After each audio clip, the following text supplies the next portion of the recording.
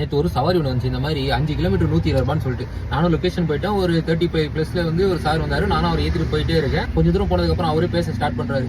தம்பி ஆட்டோக்கு கேஸ்லாம் கிடைக்குதா அப்படின்னாரு. நானும் ஓகே சார் கிடைக்குது அப்படி இப்படின்னு சொல்லி முடிக்கிறதுக்குள்ளே அவர் சொல்றாரு, தம்பி கொஞ்சம் வேகமா போறீங்களா அப்படின்னு சொன்னாரு. சரி ஓகே அப்படின்னு சொல்லிட்டு நான் கொஞ்சம் தூரம் போயிட்டு இருக்கேன்.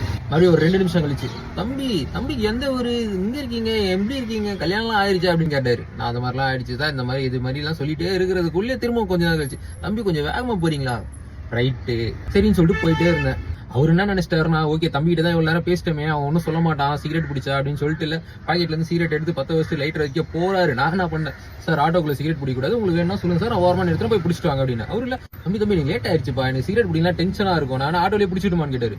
இல்ல சார், நோ சார், உங்களுக்கு வேணும்னா சொல்லுங்க, நான் நிறுத்தேன், நீங்க தனியா போய் பிடிச்சிட்டு வாங்க, எனக்கு சிகரெட் பிடிக்காது சார், அதனால எனக்கு பிடிக்காது, நான் ஒத்துக்க மாட்டேன் அப்படின்னு. அவரு சரி ஓகே போ அப்படின்னு சொல்லிட்டு கொஞ்சம் மரியாதை குறைஞ்சிச்சு. சரி நானும் ஒன்றும் பெருசா எடுத்துக்காம போயிட்டே இருந்தேன். ஆல்மோஸ்ட் லொகேஷன் கிட்ட போயிட்டேன். ஒரு சிக்னல்ல நின்று அதுக்கு முன்னாடி இருக்க சிக்னல்ல இவரு கத்த ஆரம்பிக்கிறார், எது பண்ணி சிக்னல் இல்லை, எனக்கு எவ்வளவு டைம் ஆயிடுச்சு தெரியுமா, இந்த மாதிரி எவ்வளவு லேட்டா போனா என்ன துறையா, நீ காசு தருவியா, அந்த மாதிரி இருந்து திட்டமா இருக்காரு.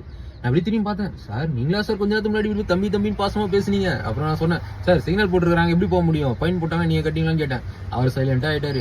அதுக்கப்புறமா லொகேஷன் எடுத்து விட்டதுக்கு அப்புறம் அவருக்கு என்ன மூஞ்சி கூட ஃபேஸ் பண்ணல. இந்த மாதிரி எவ்வளவு ஆச்சுன்னு கேட்டாரு. இந்த மாதிரி 120 சொன்னேன். அவர் 120 ஜிபே கொண்டு எனக்கு ஒரு தேங்க்ஸ் கூட சொல்லல. அவர் நினைச்சிருப்பாரு, இந்த மாதிரி தம்பிட்ட நல்லபடியா பேசிட்டோம், அதனால தம்பி நம்ம சிகரெட் அடிச்சாலும் ஒன்னும் சொல்ல மாட்டான் அப்படின்னு சொல்லிட்டு. சாருக்கு தம்பியை பத்தி தெரியாது.